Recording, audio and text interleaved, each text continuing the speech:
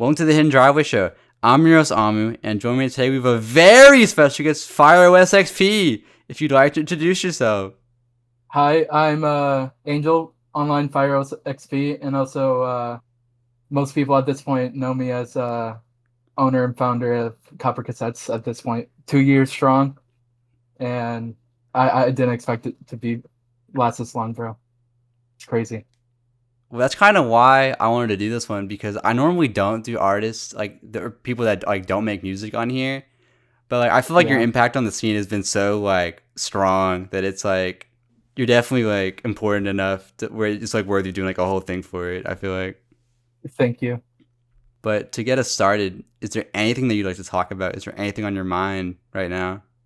Not really. There's just a bunch of clutter around my desk reminding me that I do this.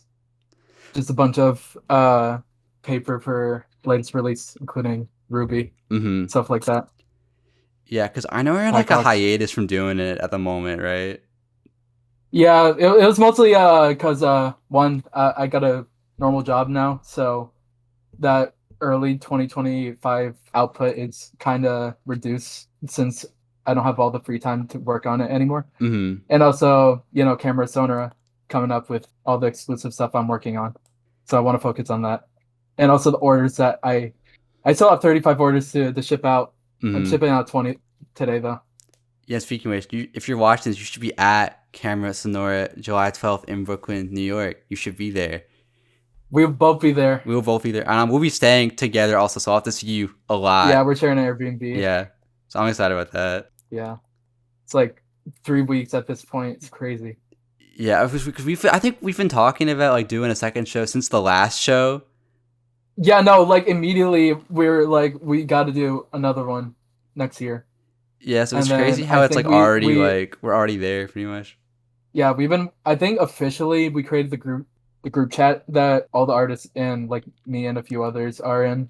And yeah, it's been since December. We've been working on this for a while. Mm-hmm. Been long in the making. Yeah, I think when this comes out, it'll be like a week exactly from like this. So From the show. Yeah. yeah, so I'm really excited. Yeah. It's Um, literally the only thing that's been on my mind this mm-hmm. summer. Yeah. To get into how I learned about you initially, though, so because I couldn't find the post, I don't even know if I'm remembering this properly, but back in 2023, I'm pretty sure you helped do like promo visuals for like Jams when it was first coming out, right? Oh, I did a poster for Jams like for the announcement date at the time. Mm-hmm. Because I met Chloe in like 2022 and I've been friends with her since. I was ready for Jams to release at the time, bro. I was excited. Because, like, from what I remember, it was, like, sort of, like, building with, like, a penguin, right? That's what I remember in my head, but I don't know if that's, like, what the actual thing Yeah, was. it was like a tilted Yeah. photo of the Bappy character and DJ Dengu the penguin on a building. Yeah. But I saw that, and it's, like, at the time, I follow Bappy, but I hadn't listened to much of their stuff. I saw that, I was like, oh, this seems cool. I should listen to whatever this is, like, once it's out. And then soon after, you did, like, the Civic Boys cover also, and I Yeah, loved the Civic Boys cover. So, like, me too. Currently, that's like the second like real cover, like non-single cover I've done so far. If you don't want to cut the alternate artwork for Dance to the Revolution mm-hmm. 3, which is only on YouTube. I'm so proud of it after 2 years. Wow. It's Civic Boys 2 years later is so crazy to me. Especially because that project holds up a lot too. I feel like a lot of the stuff from like back then like hasn't like aged that well, but like Civic Boys is still like really good because I feel like all the artists got like I feel like all the artists in KG got like way better than they were at the start, but like Burrito Boys Yeah, stuff is definitely, still like definitely. really good, and that was like from then. Yeah, like if you listen to Gomez stuff from KG Tape 2022 to the recent singles from a few like it was a year ago the last single, but I know Gomez is dropping soon, but Mm-hmm. you can tell the difference immediately because he's not screaming into those playground Yeah, playground microphones, bro. but yeah. So then I saw the Civic Boys cover, and I think that's around when I was like fully aware of like who you were, because I was like, wait, this cover Uh is so sick, and it just seems like your people's like go to like visual artists in the scene if they want like a cover that they don't do themselves, like mm, especially because you also did the flyers for like Communion and now Camera Sonora as well. So Funny story about the communion poster. I wasn't originally supposed to be the main poster artist for it. That was supposed to be the scene or Machina on everything. Mm-hmm. I just kind of came along. I think it was originally going to be an alt poster, but I think just seeing at the time was taking a bit to make the poster, so I ended up having the poster ready as the main poster, and I came back for this year.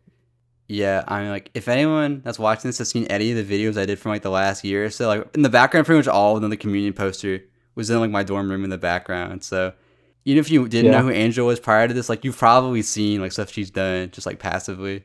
yeah. I wish to do more cover art in the future. I think most people aren't really like my art is a little goofy. I will admit that, but it's like a unique goofy.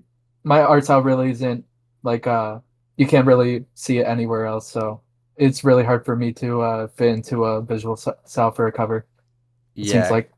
because I think the last one that you helped with was, like, Exit 6, right? Because you did Isaac's character for Yep. that one.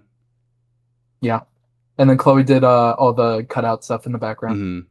Speaking of Exit 6, I recently did some new art for the physical releases. Here it is. Oh, Exclusive shit. preview for yeah. I drew it on paper again, and I did what Chloe did with cutout of everything and made a new track list since she didn't make anything Mm-hmm. for the track list originally, so I had to make everything on my own. Yeah. But I guess what I was wondering was, like, how did you get into art initially? I guess, like, what are some of your influences for it? I don't know if my art style is that my roots are that obvious in my art style anymore. But like 2014, like 2015, 2016, small indie storytime animator, you might have not heard of him, the odd one's out. Was in my recommendation. I think it was either the Subway video or like sports video, football video. Mm-hmm. And like from then on I wanted to do art, and it's just slowly I build on top the arts stuff I'm inspired by, and now I have whatever. I don't even know what my art style is at this point. There's just a bunch of stuff that I'm inspired by. Like there's some influences from embarrassingly Battle for Dream Island, if I you know what that figured it's is. like the eyes and stuff. Yeah. Yeah, I got the dot eyes from. Well, I mean, I guess I always had the dot eyes from the Odd Ones Out phase, but they're more stylized to the BFDI art Mm-hmm. style now. The Netflix show Hilda, that definitely inspired me. You can see the poster up there. Scott Pilgrim inspired like facial expressions, and I learned how to draw hands then. Mm-hmm. Also, I did animation around like 2018 to like last year actually. I'm still on and off about animation mostly because that space is low key evil, bro. Especially on Twitter, bro. It's like one of my closest friends at the time. I think that was like mostly a draw for me to stop animation because that friend of like 6 years ended up being a pedophile. Oh yeah. Yeah, I never had a strong reaction, but like after that, I kind of like really slowed down on animation. Yeah, because It's weird. was Steven Universe also one? Because that's one that I thought from looking at, but I don't know if you watched it or not. No, no. Oh, No. you're like no. Uh, Okay. those like commentary YouTubers like at the time 2016, 2017 that were like dunking on children And they did all for have like liking this things. pose. I didn't do that, but I was in support of hating like Undertale, Steven Universe fans. I like how ironic it is that like chill with Undertale and Delta and stuff like that. But like I get secondhand embarrassment from those easily. I think I just thought of because like you draw Isaac a lot, and like, I feel like the designs are kind of similar. So that's like part of why I thought. I used to draw eyes kind of like the eyes that Steven Universe have, like you can compare that to any show from Cartoon Network at the time. Mm, I used to do that, but it kind of like phased out. I just mostly do that eyes, you know. yeah, but I know Storytime animation was like a big influence for you because you were talking about it in one of them that I watched. You were talking to like Tim Tom, like Jane Animations, and like a bunch of names I hadn't heard of in like a hot Yo, were you minute. watching my old videos, Yeah. bro? I know I keep that stuff, I mostly keep it up for Mm-hmm. archival reasons, but I can't watch any of those videos, bro. It's so embarrassing. No, because you would have been like 12 or 13 in most of them, right? Yeah, no, I was 12, 13 when I first started out on my current YouTube channel. It's so real though, because like that whole era of like I was doing the exact same thing like during that era too. So it's like it's nice to see that someone still has stuff like that out there. Yeah. And I guess for animation, like because a lot of people that draw don't necessarily animate. It's like why'd you want to get into that? Honestly, I don't know. It just kind of happened over time. Mm-hmm. I learned to use flip clip, not the one with the logo on the side, thankfully. I paid that $5 that it was worth to remove that watermark. And I just I guess practiced myself by using like meme audios online as practice. That's how everyone starts though. Yeah. Yeah, that's how I learned how to lip sync. Mm-hmm. Though at the time I was spamming smear animations, like smear frames, if you know what that Mm-hmm. is, essentially just motion blur but drawn out. Yeah, I know you said you kind of stopped recently. There's like, is there a reason for that? It's just too time consuming. Yeah, honestly, originally I was gonna do animation as my major for college, but if you've seen the stuff on the news for the animation industry, it's Yeah, kind of it's it's. kind of bleak, and also the pay most of the time it's Mm-hmm. not worth it. It's not livable, bro. You know, my friends doing that for college. And like they're like pivoting entirely like what they're doing now. Like they're trying to go in like Yeah, augmented reality or something. that adds up because stuff like animation, film, you don't need a degree in that. You can literally just hop in whenever. It's more like a connection thing, if anything, if you're going there. Mm-hmm. That's why I'm not doing film as well. Yeah, because like I was also like doing animation in high school, and like I thought that's what I wanted to go into because I was doing it on my own like for forever. But then Yeah. once I started getting assignments for it, because I was taking classes like at school for it, it was just like, ooh, I do not like deadlines for animation because it's so much Yeah, work no, and it's just like I couldn't do it. it's very time consuming. Uh, in my media class, my media film class in high school, I would incorporate some animation into my stuff. But even then, since I was on the deadline, obviously I would get tired. I was like, wow, do people really live like this just to not get livable wage and stuff like that? Yeah, because So I kind like of just pivot away. I think you really have to love the process to like doing it because like it is not like a results based like thing. Like you don't get the results unless you do all the work to get do all the individual frames. Yeah, So it's not immediate. It's slow and steady, and at least for something like editing, you can see the process unfold. But animation it's much more longer of a process. yeah, I do think it'd be cool if you started doing it again. I know it does take a lot of time, but like I just feel like that'd be something like no one else is really doing like in like the scene right now for like visuals. Even though it would be like a lot of work if you were doing like, a music video or something. That would be fun. But if people want to hit my lineup, then I'll try. I'll try my best. Yeah. On top of your visual art, another thing that you've become very well known for in the scene, is for Copper Catsettes, a net label you initially created to help your friends release Yep. physicals for their work. And releases for on the label were initially like pretty infrequent, but as more artists have entered the scene, especially at the start of this year, it was like nearly constant. Like every like week or so, you had something new coming out. Yep. So it's become a very important like integral part of the scene, I'd say. So like how did you initially like start doing that? And like what is your process like when it comes to creating physicals? Because you've done stuff for like me also, which is cool. Yeah. I really started out because at the times after making the art for Civic Boys, Isaac or Bobfather at the time, I just want to mention that name. I still remember you, Bobfather. Mm-hmm. Uh, Isaac wanted to get his stuff on physical, I think cassette mainly. At the time, he did submit his stuff for 60 dealers through a label, but that came out like a year or so later. Was that through like Focus 2 And though? Was that what he did it with? no, he didn't go through the label carded one. He went through some random label that owner ended up becoming a certain lover of those plushies a little too much, Mm-hmm. and that just I still have the cassette in my collection, but it's a weird situation. Yeah. But at the time, he was trying to hit up a bunch of labels at the time, No one wanted him, and I kind of said as a half joke, "Yo, if no one wants to hit you up, I can make them."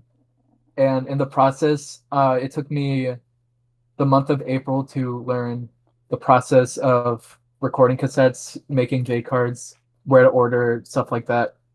Uh, embarrassing first part of Copper Cassette's history. I ordered the tapes, right?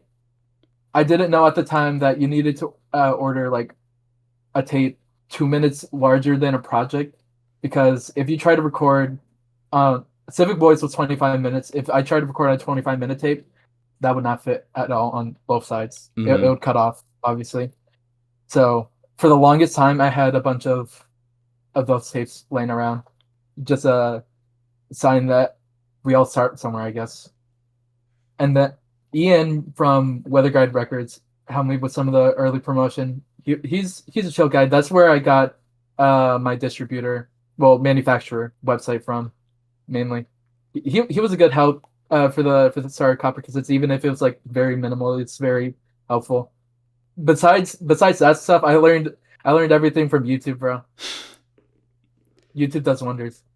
Yeah, so because it's like, I know for my like the poster you did for me, like you outsourced that somewhere else, but like, are most of them like you make them like there and they just get sent to you? Yes, I make everything DIY label. That's so sick. That I know, like for the art, you do like special art for all of them or like most of them, right? Yeah, I create the layouts for most of Mm-hmm. releases. As of late, since I've been getting more artists have been making the layouts, which is always fun to see the artist's vision than my vision most of the time. But whenever I can make a layout, I'll always try my best to make enough. Yeah, I think it's cool too because you've been getting like approached more for it recently by people that you don't know as well, right? Yeah, definitely. Like recently, fairly recently, I got contacted by ZOK for physicals, but that kind of fell through. I think he went with another label, Mm-hmm. unfortunately. But it's still crazy that I'm being like he got recommended through Copper Cassettes through like Instagram stories. It's crazy how Copper Cassettes has grown in 2 years, like Yeah, getting and like, recommended at this point. did Melancholia Blue reach out to you also? Because that's like, Yeah, he through the Google form, mm-hmm. which I didn't pick up anyone on the Google forum till to Laurel Park in December of 2023. No, 24. Yeah, because like with him, like I hadn't heard of him ever, and then I saw that, and I was like, well, how did these people know him? I didn't. I was so confused, but that makes sense that he just reached out to you through knowing other people. Yeah, it's either through artists that you don't hear are either through Google forums, like they reach out to me, or I find them myself. Like I found Oh Boy like a few releases ago with Weather Syndrome. Mm-hmm. I really liked his stuff, and I wanted to reach out myself to go ask if he wanted some physicals, and I was surprised that went through, since most attempts I've tried before to reach out haven't been so well. Yeah, I know you've also had to like cancel a release as well, right? Yeah, Mr. Mr. Trey Casey. I won't say his artist name. That's just his name, but don't don't be liking that Kanye stuff, bro. I don't I know what to still, bro, say. it's like he was so ride or die for it too, and it's just like it was a My Little Pony like feel. Bro was adding Kanye West, bro. Uh, you weak as hell, Copper Cassettes. You're soft as hell, bro. Also, that package that came, the package that I sent him that came back to me, that stuff came destroyed. Thank God. Yeah, so has that made you want to be more careful about who you choose to work with as well, since that's like been a thing that's happened? Definitely, and also a mix of also addition to me wanting to fund everything myself, Mm-hmm. since they fund most of the release. I pay for the 2x, the double CD jewel cases, since my manufacturer was sold out, and then I paid for a set of green tapes, which later became Winter Break, Mm-hmm. because the purple tapes I was talking about, turns out it was 25 minutes, not it's 25 minutes, not like 23 minutes. Then I thought it was more than I expected, so I ordered that out of my pocket. Yeah. Oh yeah, because in terms of like that's something I thought was interesting. Because when I asked you to do the posters, I thought I was gonna have to send you something for it. because when I was working with the Orange Cake Mix CD with those people from Magnosphere, I had to send like a portion over to them to help fund it. But like, so do you just handle everything Uh, yourself? yeah, no, I handle everything. That's the whole point of the label. I've always strived to get artists on the label. They don't have to worry about payment.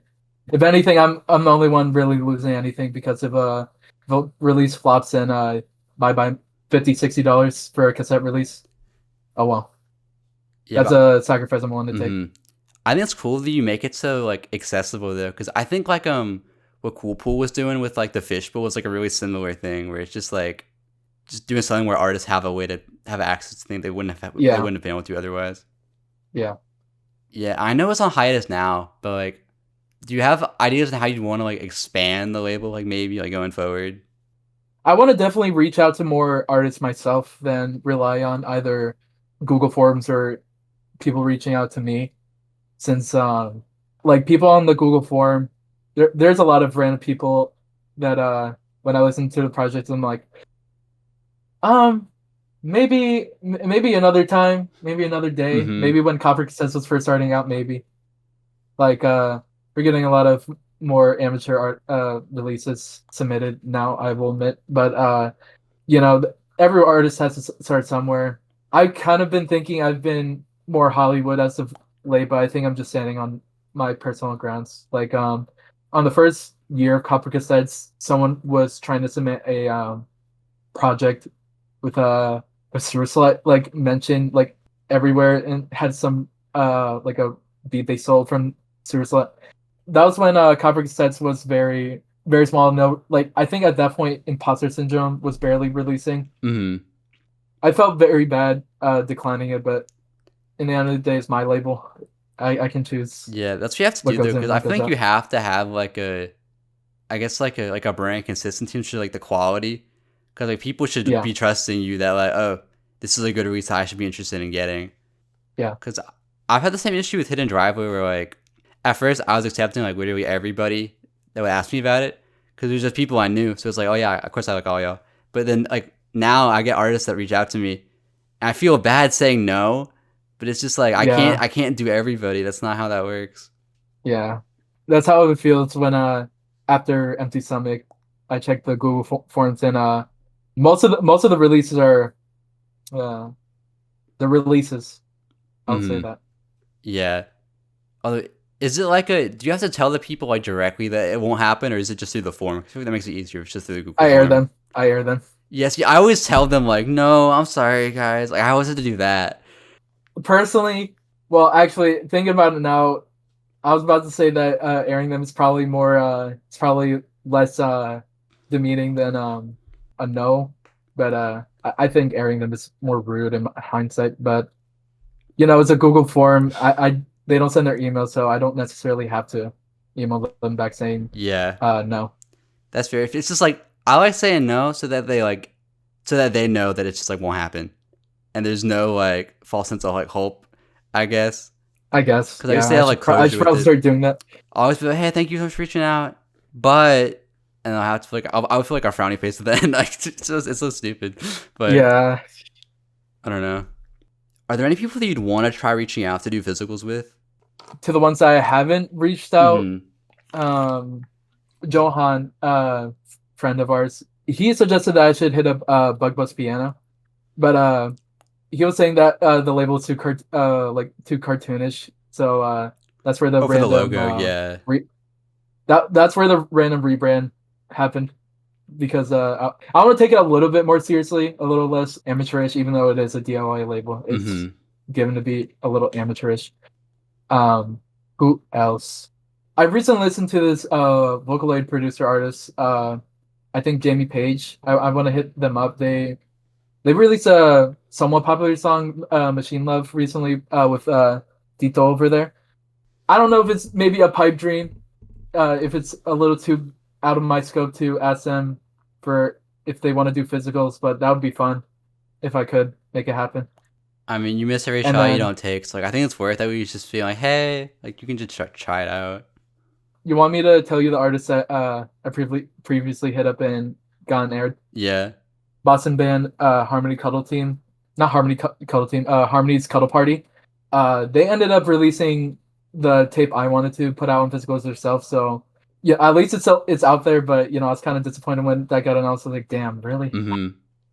Try to hit up Tech Linto because I know somewhat former friend Alice who worked on the Jams Plus physicals.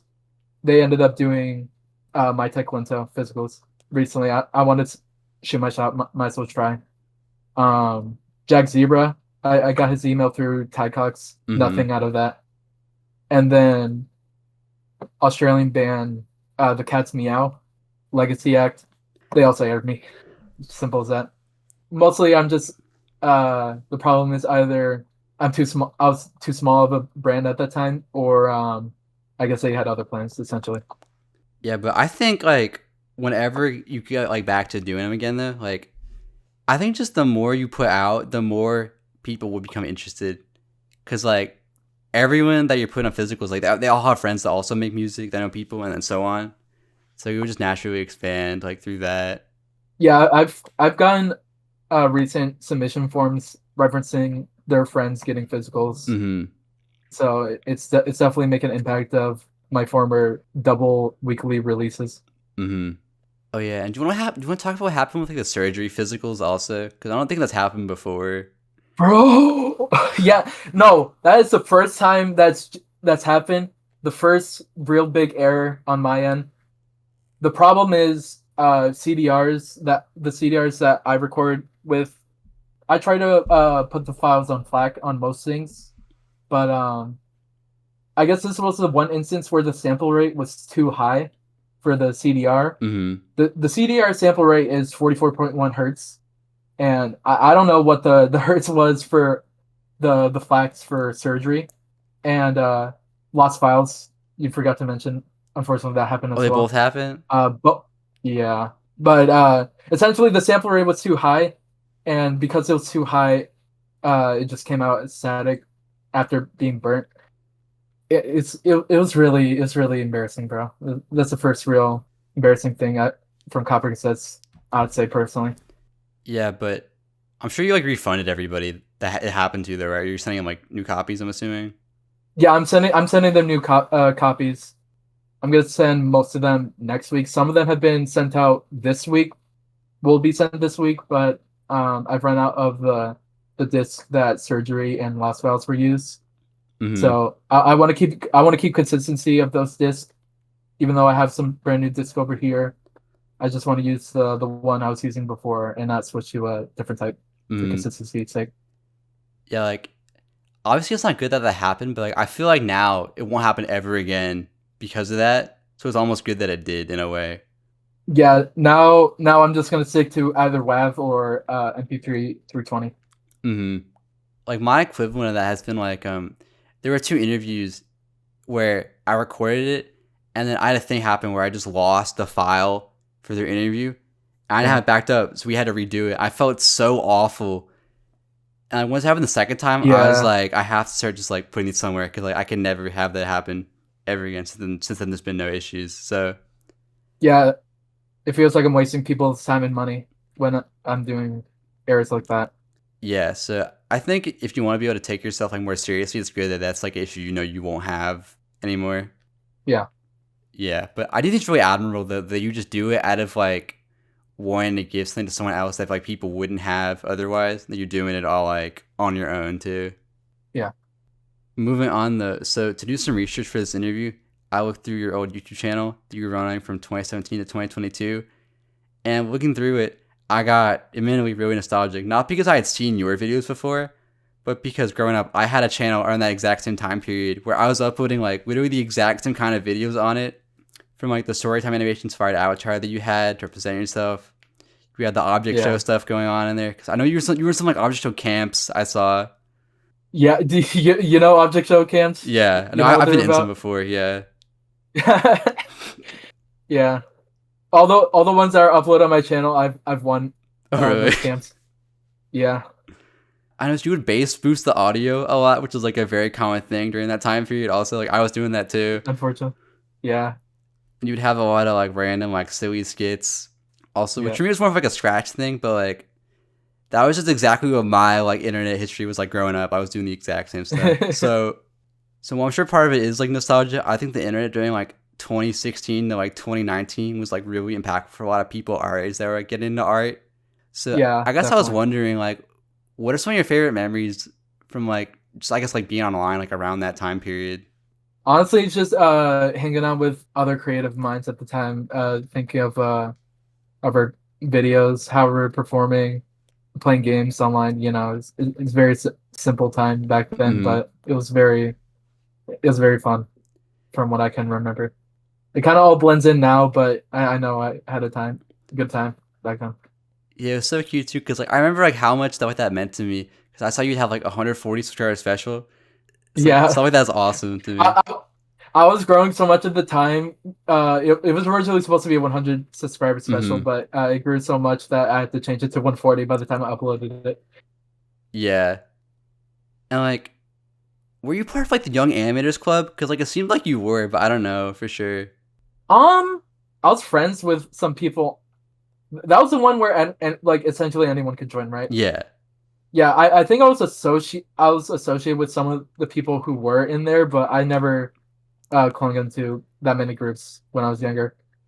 I really only stuck to one, and that was, well, maybe one and a half.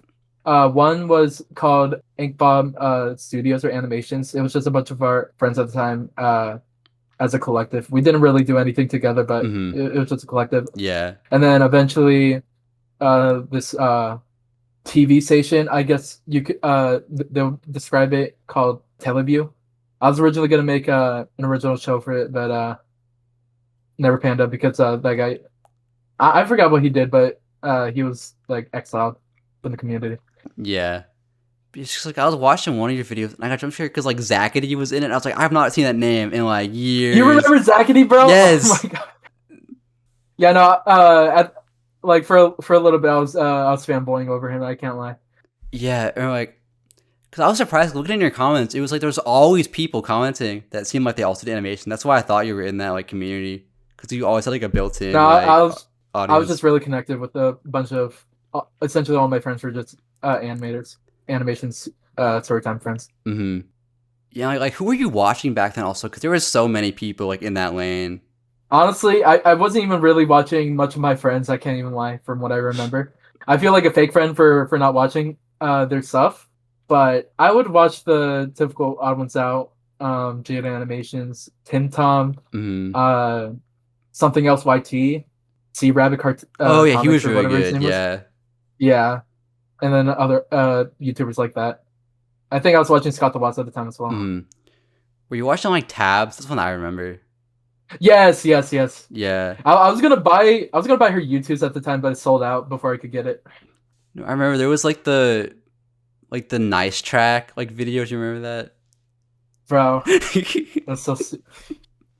They're doing anything. They're doing any. Those diss tracks were the stupidest things of all time. I never took them seriously when I I just was remember younger. that had like there's one part where they put a bunch of people like I don't want to even name them because I don't give them any attention, but there were some like really evil people around at the time that they put in that video, and it's just The one like with the glasses, um I don't remember like one of or them, but it was like a whole squad of people where it was like an evil animation collective uh, that uh existed, and they got like I a mention in the I never video. heard of that.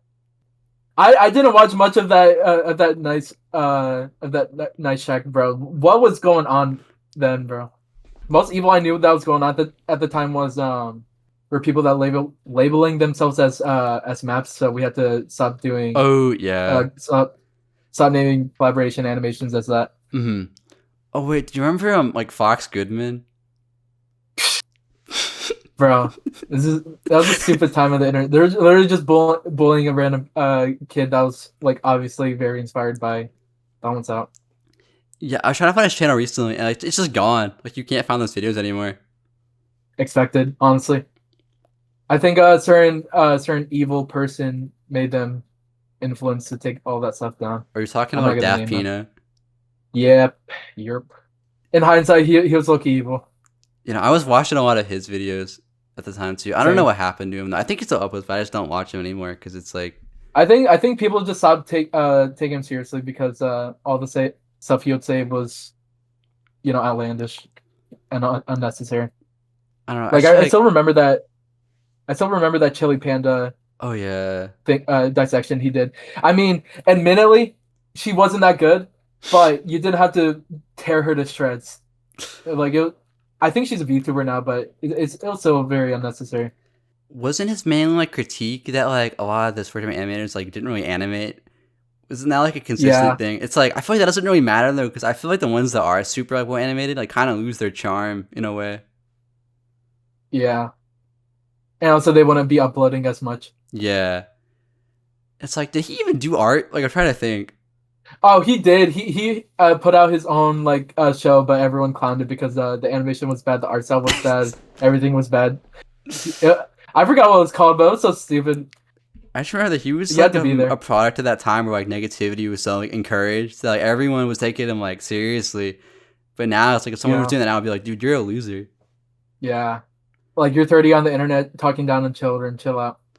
Yeah, I'm trying to think. There was also like Spetchy. I think I remember that name.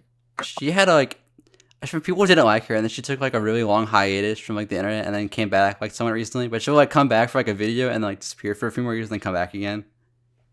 Was she the one with the green hoodie? Yeah, Ah, I still don't know. I don't know how I remember that.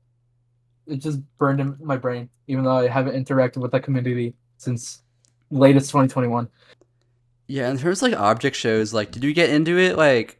Cause like I got into it when like IDFB came out. That's when I got into it initially. Uh, I got into it very late. I got into it 2019, 20 or late 2018. Mm-hmm.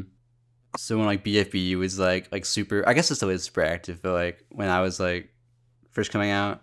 Yeah, like a few months after I discovered BFB, the like I think it was BFB 13.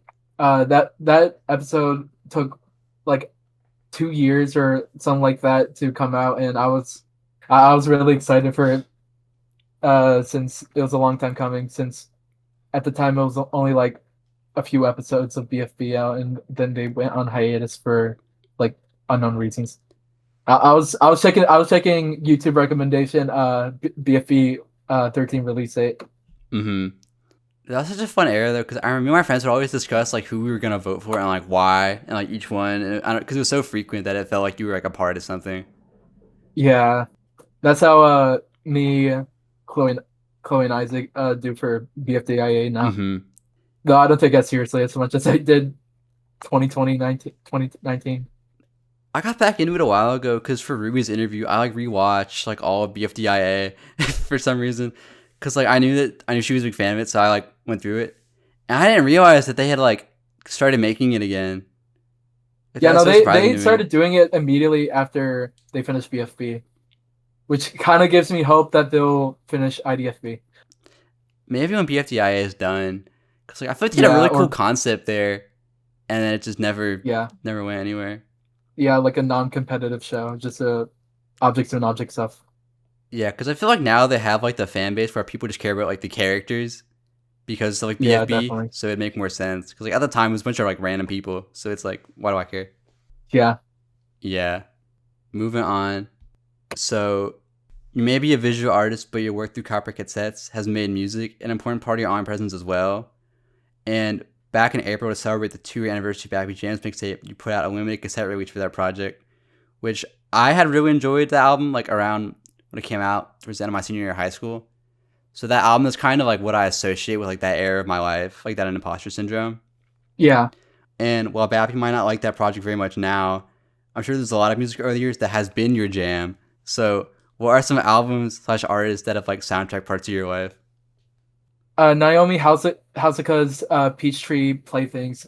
It's a fairly recent release, 2024, but it's a very fun electronic twee album that Mm-hmm. it needs more love. I did a fun little project of mini disc for that project, and got in line with Houseka for to get a free CD whenever that comes out for the 1 year anniversary. I think it's already been the 1 year anniversary, but I know she's gonna release it closer Mm-hmm. to whenever her next project comes out.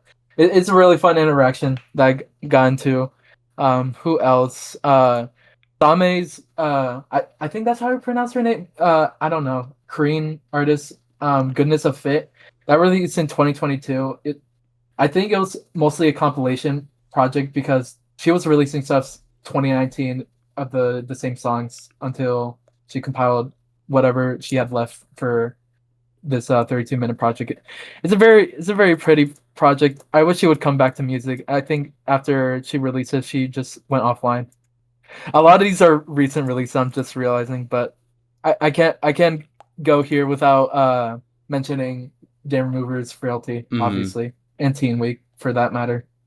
It was a really important album for me whenever Chloe showed me to it back in 2022 with Your Clothes. I was originally gonna go to the Break-Ins concert with her as a headliner, but that got that the very last show got canceled just because Break-Ins wasn't feeling it. Like I don't know why you couldn't like delay it at least like a day or two Mm-hmm. or something like that. I never got to Well, see probably because they had to any. rent the venue out. Like, I guess, but he could have at least rescheduled it for like later 2024. That was coming up now. I'm so mad that I couldn't see like Your Clothes movies for guys live. I mm-hmm. mean, I saw movies for guys live recently, but if you've seen the live set for movies for guys in the Turn Up or Die tour, it's a like a remix essentially. It's not a whole different song. Yeah. It took me a while in the pit to realize. Wait a minute, this movie's for guys. And I didn't even realize because it's a whole different beat. What else could I I know mention Owl here that I City, have? right? Yeah, over here. That was my first introduction to music that wasn't video game OCs. I was one of those kids that was into No, I video was game too. OCs.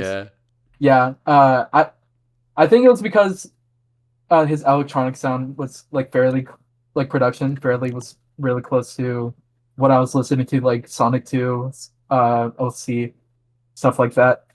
Like All Things Bright and Beautiful. I made this case a while ago for my mini disc. It's a really pretty project. I will admit he is a bit corny. There's no denying that.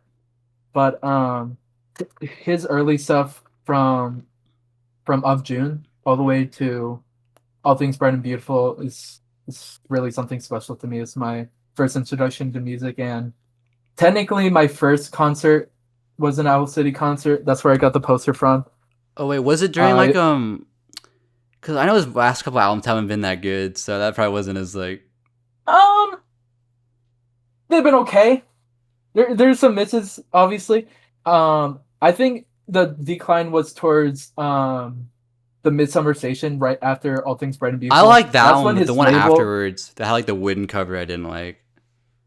Mobile Orchestra. Yeah. Yeah, Mobile Orchestra is a hard album to love. I will admit. I've listened to it so many times now, even though I've like as a kid, like younger, I was like, man, this project sucks, man. But after a few re-listens, there's some good tracks on there. It's just his label. What was it? Universal something Islands or something like that. It's the same label Taylor Swift is on, I think. Mm. His label was screwing him over essentially, since he couldn't make a hit after Was after it Good Time? Fireflies.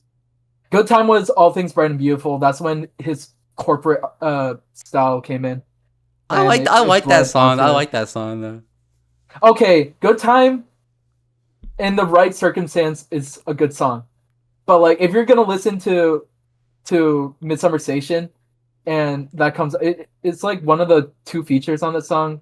It's okay. I mean, I love Carly, but I think most people in Carly's fan base and Outside's fan base can admit that it's just a song. It's a little too it's a little too mainstream Okay, but when you're like sounding. a 6 year old, that song comes on, like you're so hyped though. Definitely, definitely. Like that was my alarm in middle school. Was that song? I would have lost my mind if I put that as my alarm. I think I put another Out City song as my ring my alarm in like 2019, but I forgot what it Mm-hmm. was. Yeah, I love Ocean Eyes a lot. Like freshman year of high school, I would always end my day by playing like I think it was like Dental Care. As I was like walking out the door I to go to love the Devil bus. Care. Yeah. It's such a fun song. I think it was mostly a combination of his writing and Matt Tyson's song, which was he's the other guy you can sometimes hear in other Owl City songs that doesn't sound exactly like Adam Mm-hmm. Owl City. He did some of the writing. I think most people who listen to him can admit that he was the one making the dream-esque writing in those songs. But either way, he really did enhance a lot of his old stuff. It was really creative, dreamy stuff. Yeah, I know you like the Postal Service a lot as well, which makes sense because Owl City and Postal Yes. Service are like very like Yeah, no, similar. I listen. I think it was a description on Owl City. I read Postal Service. And I was like, this one inspired Adam. I will take a listen. Originally, I first listened. A lot of my first listens to the projects I love now, I for some reason really hated. Like I didn't really like Give Up when I first listened to it. I liked a few songs. I liked Sleeping In. I liked a few other songs, but it took me like a second or third re-listen, like in the 2020s, for me to fully get Give Up as a project. Hmm. It's one of my most favorite projects of all time. I have to go back to it because like I used to listen to all my music like downloaded on my iPod, so I haven't listened to that project like since I've gotten Spotify. And there was some song I really loved on my iPod, but I can't think of what it was, so I'll have to go back. That's cool. Yeah, if I had to say like, were you ever in like Tyler the Creator also? Because I was bumping Igor like nonstop when that came out. Also, Yeah, no, I started really late in my music listening like journey. Obviously, like I said, 2019 was really the first year I was listening to actual music and not video game hmm OSTs.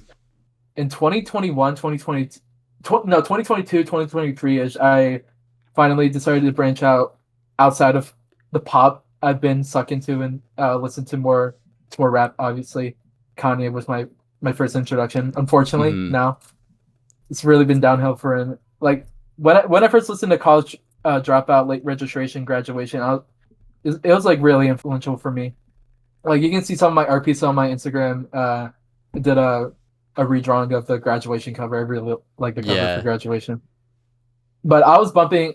After a while, I decided to listen through Tyler's discography from front to back, Goblin to Call Me If You Get Lost at the time.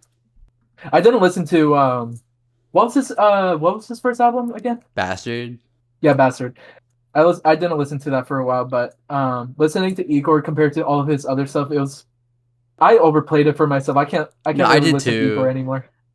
Like, Yeah. I know it's really good. It's still one of my favorite albums ever, but it just like doesn't hit the same because I know like everything.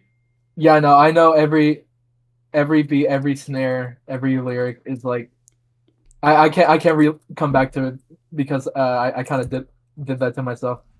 Mm. Also, Chromacopia though, I was expecting that album to be like a click for me. I never got into it, which I'm sad about. It's okay.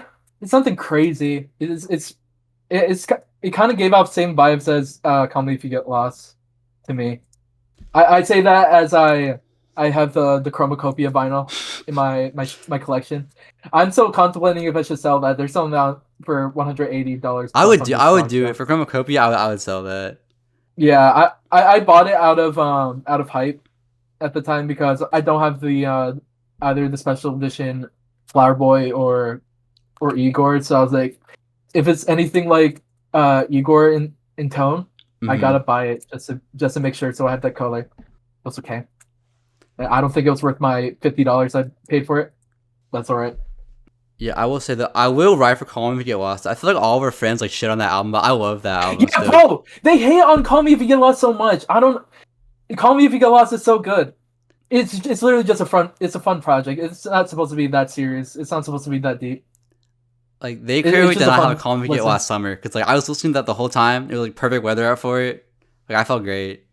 Yeah, no, Call Me If You Get Lost is a very fun project. I don't know, like Chloe Isaac, bro. When I first listened to Call Me If You Get Lost, I was saying this is so good. They're like they're just dogging on me. I was like, bro, what's your problem? It's a good album.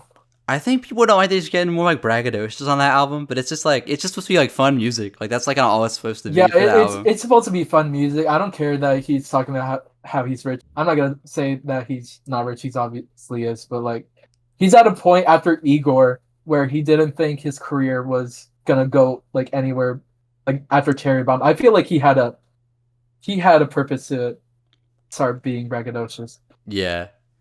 Because with Chromacopia, like, I feel like the stuff that I didn't like about that was what I liked about Call of Duty Lost, if that makes sense. Because, like, for Chromacopia, I liked all the slower, more introspective songs. And then all the hard songs, I was like, why are these here? Like, these don't need to be on this album. That's how I feel about Sicky. That's the only one I like out of those, because it's just, like, silly. Really? But, like, Ratata, whatever that song's called, like, I hate that song. Yeah, no, there was a little too many hard songs on the project. I felt like it should have.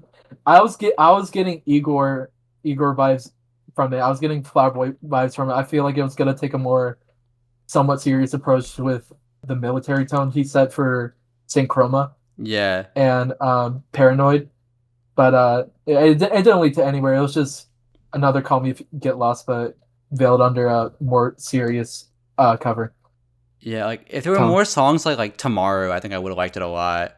That's probably my favorite Yeah, off of it. my favorites are still either Saint Chroma, Paranoid, or Like Him. Hmm. I think the album like just came out when I did Departed's interview, and he was talking about how like the album felt like he was like trying to be Tyler the Creator instead of just making music. If that made sense, I get it. Yeah, I totally get it. it'd be like, oh, it's time for the pre chord progression part. It felt like that instead of just being like part of the song. Yeah, he felt pretentious when, like, on Like Him, when he was doing those purposely long breaks, like Yeah. long pauses. Moving on though, so I mentioned earlier in the interview that you not only helped create the flyer for the community show in New York last year, but you also attended it as a vendor also. And the community show was the first time people in our scene really had a proper like community event in person like that. And everyone that I've talked to about it on here has said it was a pretty like life changing experience for them. Yep. So given that you were also there, like how was your experience like going to New York last year? When I was first getting ready for the trip, it was definitely a scary experience. The only interaction I've had with people I've met online was this one friend I don't associate with anymore in the Census Assassinated tour in DC. That was just out of coincidence, but this time it was people I actually like talked to on most days. So I was really scared. It was mostly just are they gonna like me? Am I gonna be hated? But when I first like met Alfred at LaGuardia, all the warmness just came into my heart. Mm-hmm. I was with my people, especially when the next day I saw Isaac and Chloe on my Airbnb doorstep. Like everyone else, it was life changing. Like I never thought I would see like people that I constantly got with in person, hanging out with them just as just normal friends, not like just like we did in Discord voice chats. As corny as that sounds, but even seeing like them perform, I got like emotional. Like when Mm-hmm. Chloe was performing the latter half of 24. Yeah. Yeah, I was. It was a really life changing show. I think we're seeing what the difficult calls is true though, because like for like, everyone, I'm so used to hearing them like exactly right here. But in person, like you hear their like when I was walking into the venue, because like I'd hung out with y'all beforehand, but I hadn't seen like Carter, like Noah, and all of them, and I heard their voices like coming like through the venue door. It was weird because it's like, oh, like they're actually like right there, but I was hearing them instead of just like being right here. Yeah, when I heard Chloe and Isaac's voice, I was like, your voice is higher, and your voice is your both of your voices are higher than I heard, Hmm. like different frequencies and all. Yeah, Chloe told me there was some like I was trying to give you like a pamphlet that you like danced at or something. Okay, I thought they were gonna be annoying. Okay, I thought they were gonna be annoying, so I was gonna be annoying back. But they were chill, and I felt a little embarrassed afterwards. It was so funny though. I You will were having a admit little that. dance party.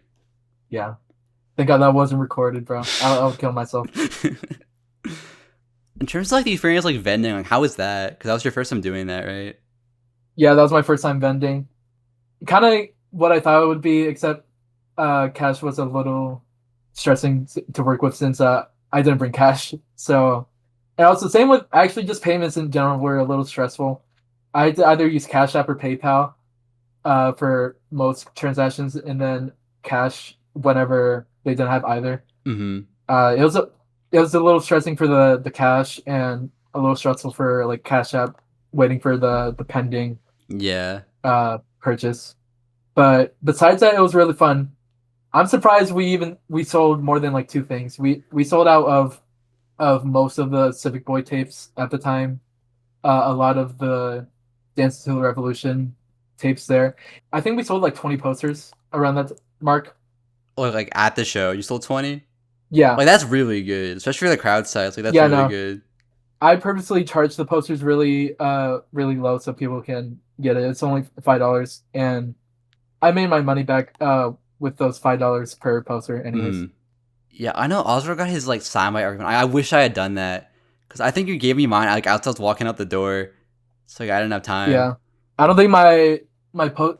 Okay, you can kind of see the corner over there Oh of yeah. the poster there, but I got my stuff signed by mostly everyone. I didn't get signed by May, Alfred, and the two headliners. Pretty sure. Oh, Luca. Well, I'm sure you didn't want like the Bleod sign like anyway, so Bro, I don't think he would have signed that regardless because he's not even on the poster because at the time we switched by the time I printed it like 5 days later they're like we're switching headliners. I was it's like, for the best because like that would have yeah. been like a curse like put on the poster if he was on there. So like Yeah. I think it was good that Chris Suiza didn't come in. Is he associated with certain people? I think he is with people that are with people, but I don't think he is like personally.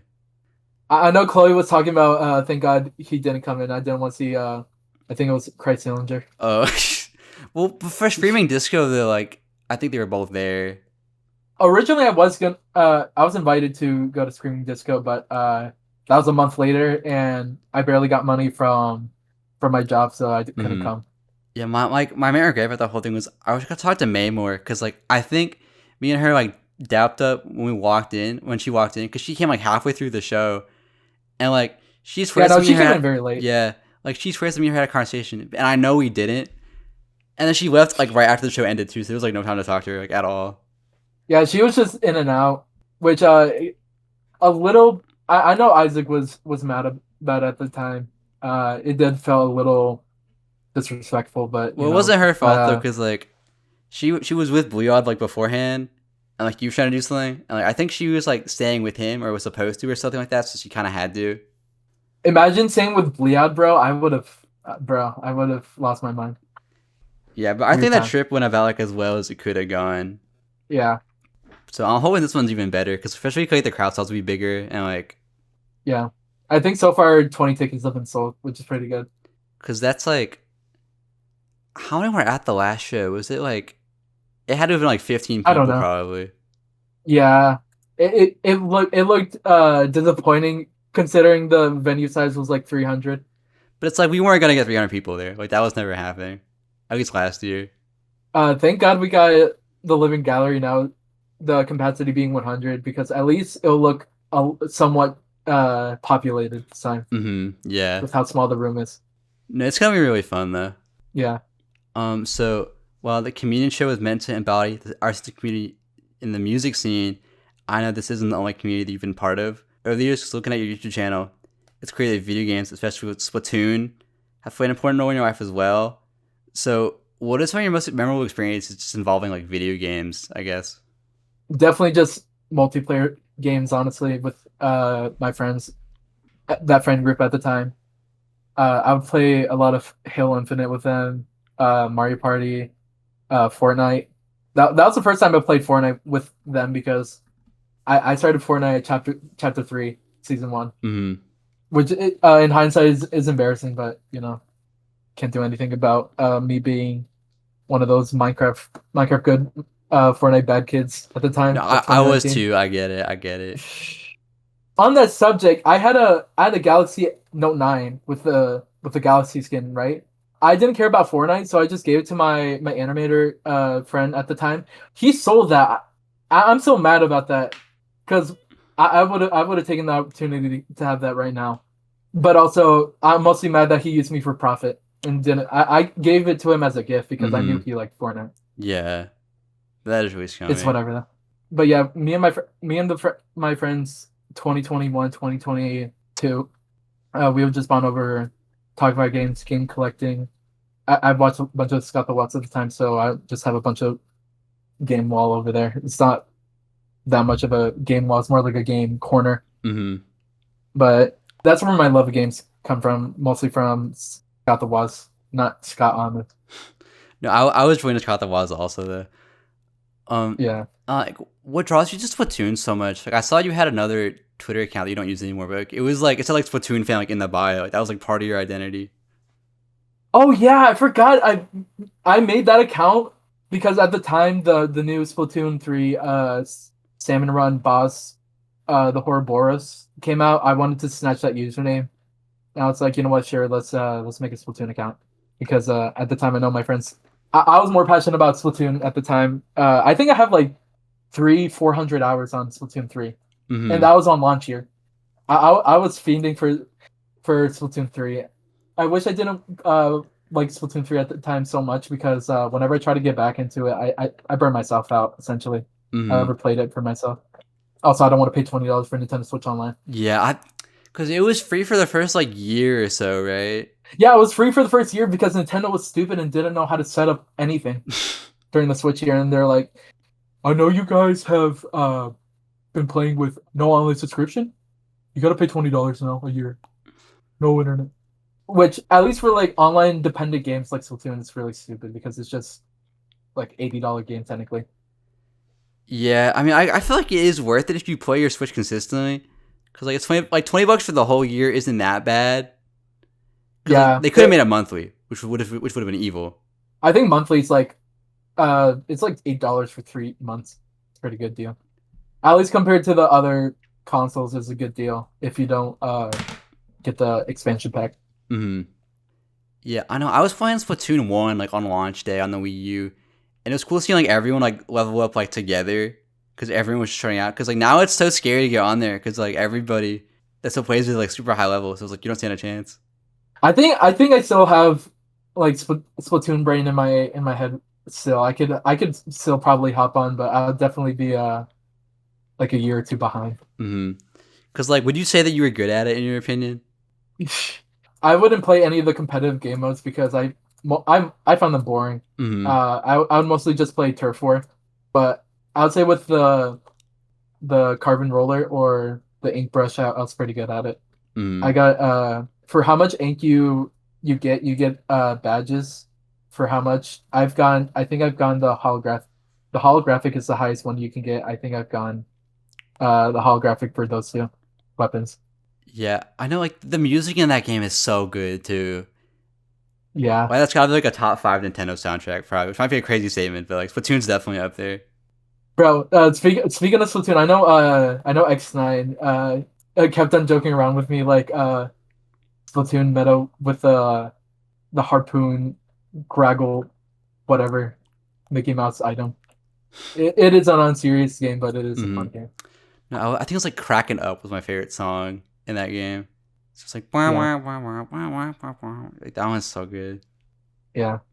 Yeah, I know you also used the I forgot what video it was, but you used like the Woomy sound effect like a bunch of times in one of the videos. Also, I think it was just one video and that was my part-time UFO game review. I think that's the one. Yeah, that's the one I looked at. Yeah. Yeah, I used that SMG4 sound effect that they made for some reason. I wish SMG4 didn't become what it is now. That part of like online Mario bloopers is gone now from that channel. Wait, really? Yeah, they're just they're trying to make lore with Mario characters. It's unserious, bro. I'm not taking Mario beating up evil self-insert seriously. Yeah. Oh, wait, did you ever watch Dorkly? I don't know why that reminded me of that. A little. I never like the mix of big pixels and tiny pixels together. I also it's a little too edgy for me Yeah, personally. Let's see what. I was like 8 when I was watching it, so probably since I liked it so much at the time, I probably think it's not funny now. I feel like I watched so much of Yeah, that. no, I watched Sonic Gets Fired or whatever. Oh, Sonic Sonic for for Hire Hire. at the time. Yeah, Yeah. What other games are you into? Also. Minecraft. Obviously, I went to Minecon 2016 in California. Technically, that my first concert was there with Fits in the Tantrums, but I don't count that because it's Minecon 2016. I'm not counting that. Yeah. What else? Club Penguin. since you did look at my old stuff, you can notice that my persona had the eyes similar to Club Yeah, Penguin like at the yeah, time. yeah, yeah. I think I derived it from that and Sonic, which I was also into. I think that was it. I was just Minecraft, Sonic, animation, all Yeah. that. Were you ever drawing a lot of video game stuff too? Because like for me, I had a phase in like middle school where I was drawing a lot of like Sonic stuff. I didn't show any video game drawings, but I did show my drawings around school. I was Hmm. just known as an art kid. I feel like we've lived the same life. I feel like there's like so many similar like I did the exact same thing. In middle school, and I transferred to a different middle school because I was planning on moving to that neighborhood. That didn't happen. But at the time, I was so well known that people would reference my most popular video at the time, "Welcome to Chili's." If you watch that, they'll just come up to me and reference that video. It's I was just known as the animator, I guess, at the time. If I didn't say like words like heck in those videos, I my English teacher wanted to put it on the school website. Actually, Were you proud of that at the time, or was it kind of like embarrassing? um, mix, I guess. Like I had the stereotypical storytime animator view of all my old videos suck and anything I make now is better, and I don't re-listen to my audio whenever I have to hear myself. Mm-hmm. But I was proud of the feedback I'd get from it at the time. Yeah, because I know when I was like on Scratch, my teacher would always play my Scratch animations in class, and it would be like, I think I stepped out one time into the hallway because I didn't want to have to look at it. So I know where you're coming Yeah, no, from. sometimes I'd be embarrassed, even though I made multiple like animation school projects for a class like history and English. Yeah, I'm trying to get better at like owning that part of myself now, because it's like you don't get here without like all of that. I feel like, Yeah, and like, even if like my like older stuff and probably you feel this for people like it's like not that great. It is really like kind of like charming in hindsight because it's like that was like little you just yeah, trying to make stuff for the sake of making it. yeah. Another game I want to talk about though that I actually play in every interview is Rock Paper Scissors, and I beat Oh, Heaven Souls in the last episode, so I want to continue my streak. And I was wondering if you'd like to play Rock Paper Scissors, if it's 2 out of 3. all right, man. I know Ruby was talking about earlier in the I Love You Discord server.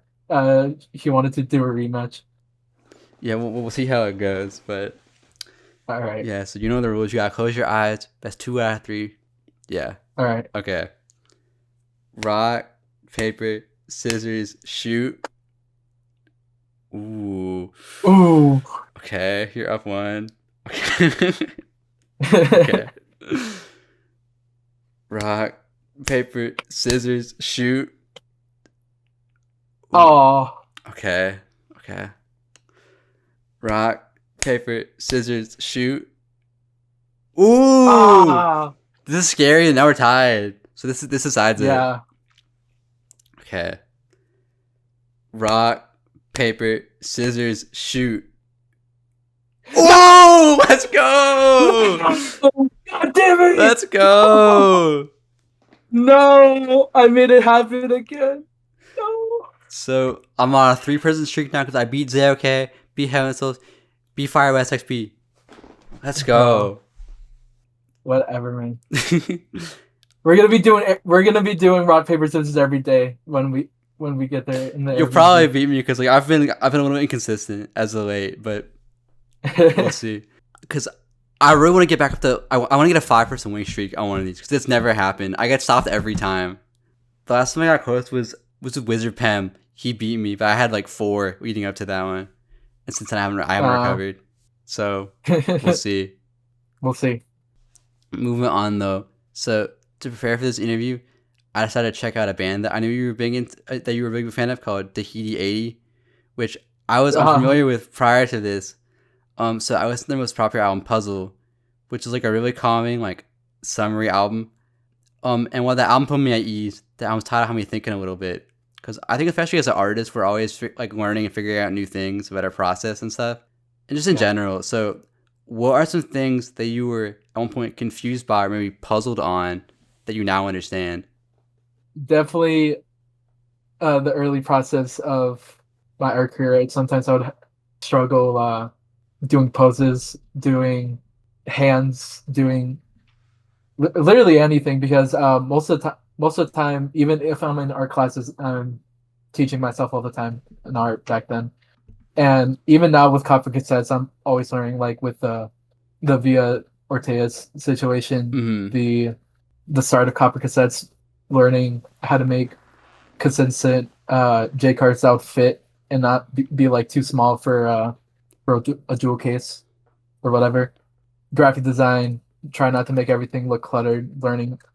Sometimes I'm stuck on like last night I was well not yesterday just this whole week before making these drawings for the Exit 6 CDs. I was questioning where am I going to get the art for a track list or for a CD cover for Exit 6 since Chloe only really made the cover Mm-hmm. and I made the art. Sometimes you just got to do stuff on your own. Like for the Ruby physicals, nothing against Ruby, but he was very on and off in communication. So for a lot of the stuff that I did for the physicals for both Wikira and Winter Break, a lot of the stuff I had to pull on my own Mm-hmm. online. Like for stuff like the spine, I had to like pull from like Instagram stories for reference images, just look around their Twitter pages, find the stuff on my own to get reference images for Winter Break, Wikira.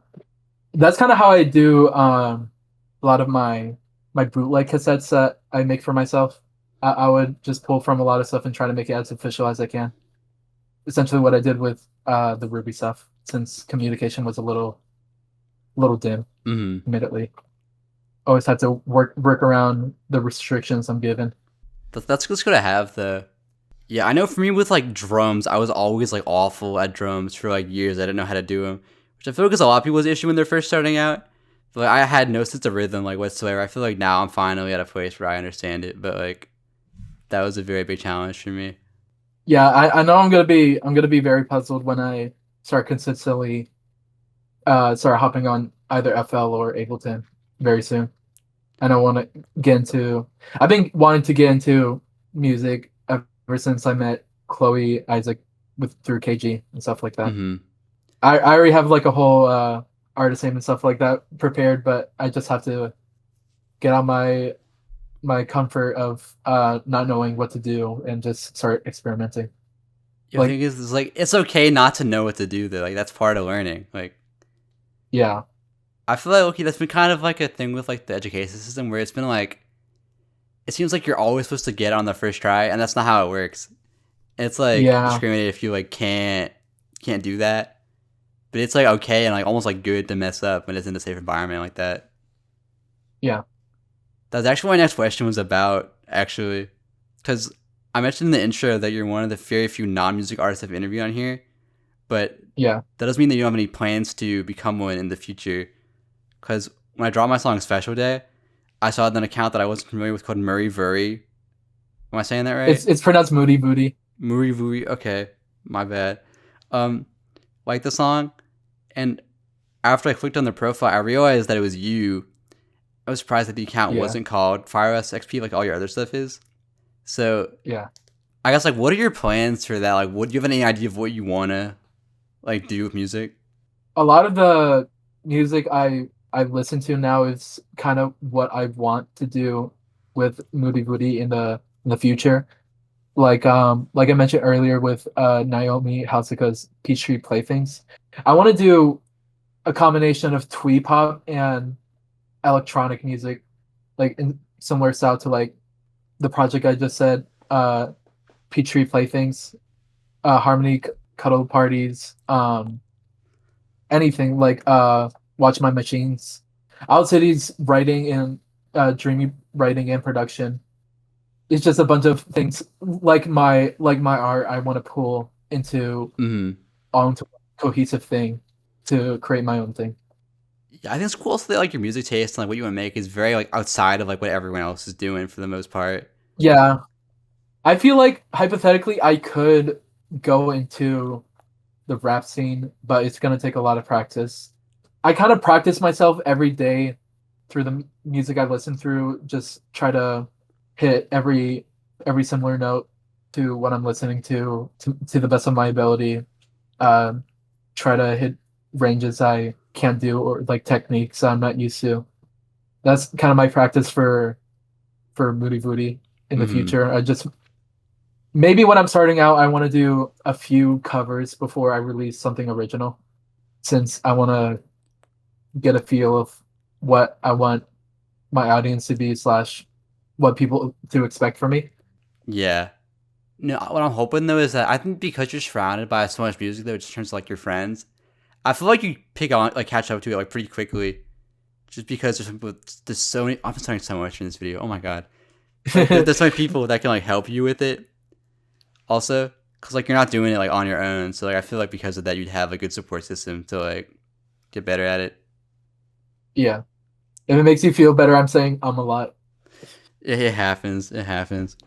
I guess also with that, like, would you be worried that like, could you probably be balancing like copper cassettes and music potentially, and like whatever's going on in your personal life? Like that's a lot to do. It is, but I've technically handled that much workload before in my storytime animator days. I would juggle school, animation, like friends. I feel like I could tackle it again in a more mentally well space compared to how I was moving in 2019, 2020.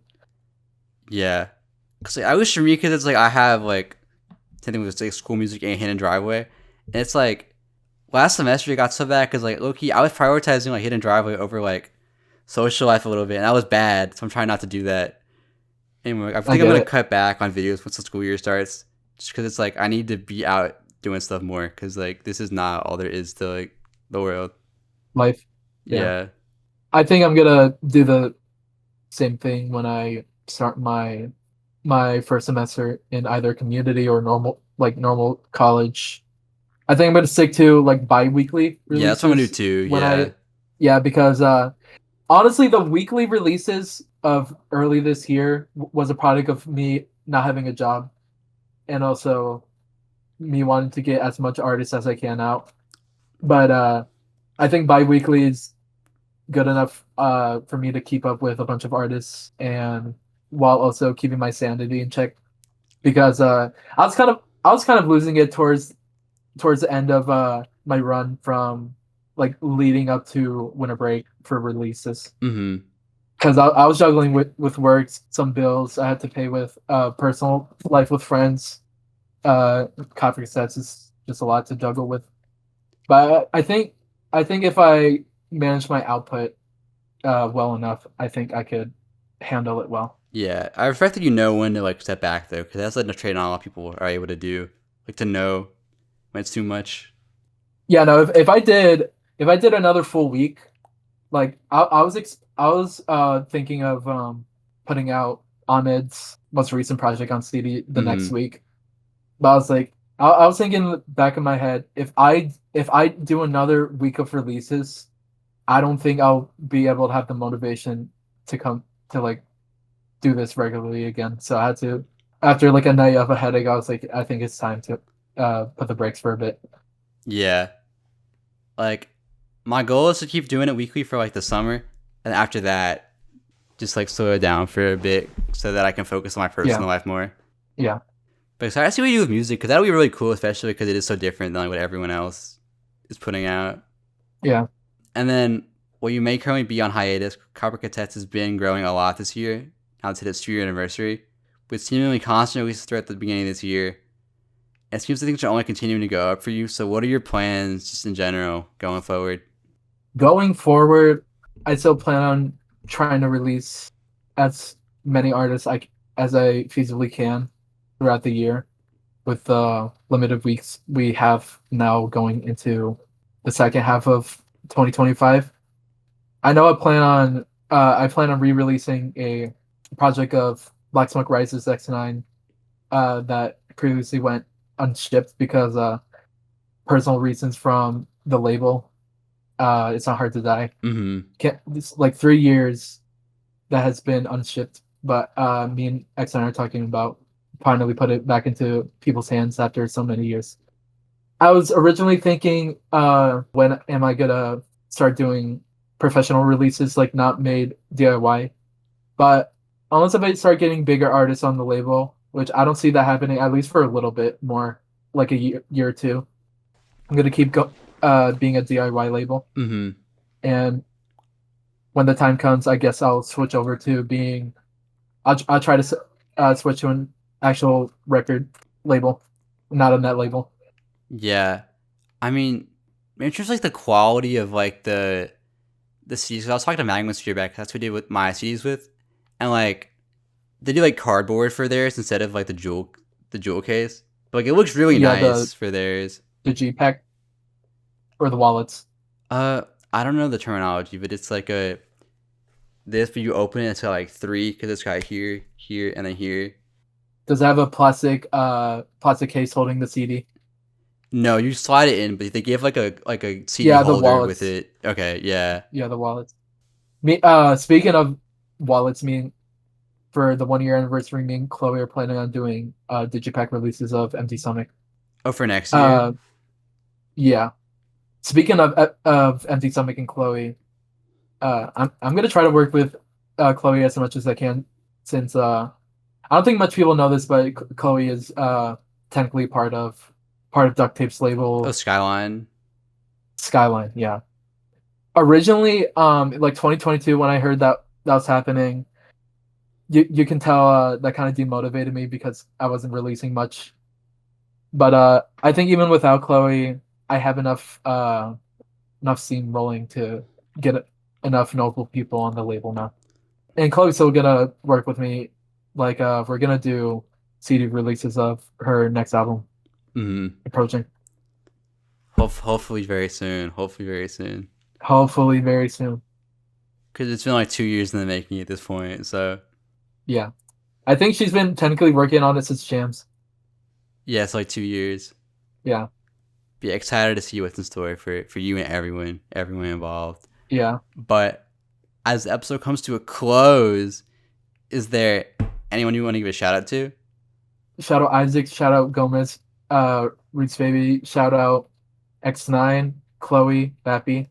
Shout out Evie for helping me with vending last year. Shout out Ian Weather Guide. Shout out to anyone along the way that's been helping me with this label or putting their music throughout. Even the releases with one sale mean a lot to me, that you even considered going through my label. Mm-hmm. And for the people who liked my art since it's early as you can remember, I'm eternally grateful, since I don't feel like I feel like my art's a little unnoticed most times. So when I get like a commission, I really appreciate it. Mm-hmm. And thank you, Scott, for having me on here. Well, thank you, Angel, because it's shout out to all those people, but also shout out FIREOSXP. It's really fun to do. I think also important because I think highlighting people that like may not be in an artist position within the scene are also really important, because like your role in the scene is like it would not be the same without Copper Catsettes. So like Yeah. extremely important. All from links will be in the description down below. So if you are not familiar with her work, please go do that. I'm also gonna self-plug real quick because she helped me put together the Hidden Driveway posters, which are still up for sale. So if you want one, I'll have a link to One that. recently just sold, Oh really? actually. Yeah. So yeah, so if you want to be like that cool Still person, available. you should go get one. Speaking of which, I'm gonna send you one very soon. Yeah, Good I news, was too. wondering about that because I haven't gotten mine yet. But I know I think Oscore Yeah. has his like hung Yeah. up in his he room, has which is one. really cool. Just knowing that it's like out in the world somewhere. Yeah. Normally I say like go look at the Hidden Driveway playlist, but you don't have music, so you can see some of the covers she's done though in that playlist already. There's some covers that Angel's done that are in the playlist if you look. Exit 6, Dance to the Revolution YouTube version. Civic Voice, I don't know how I forgot about that. Yeah, because I know I have Civic Boys and Exit 6 songs like in there, so yeah, but also have like Copper Cassettes and her personal stuff linked, also. So go check all that out. But is there anything else that you'd like to say? 'Cause I think that's it for me. No. All right. Well, this has been the Hidden Driveway Show. Thank you for watching. Goodbye.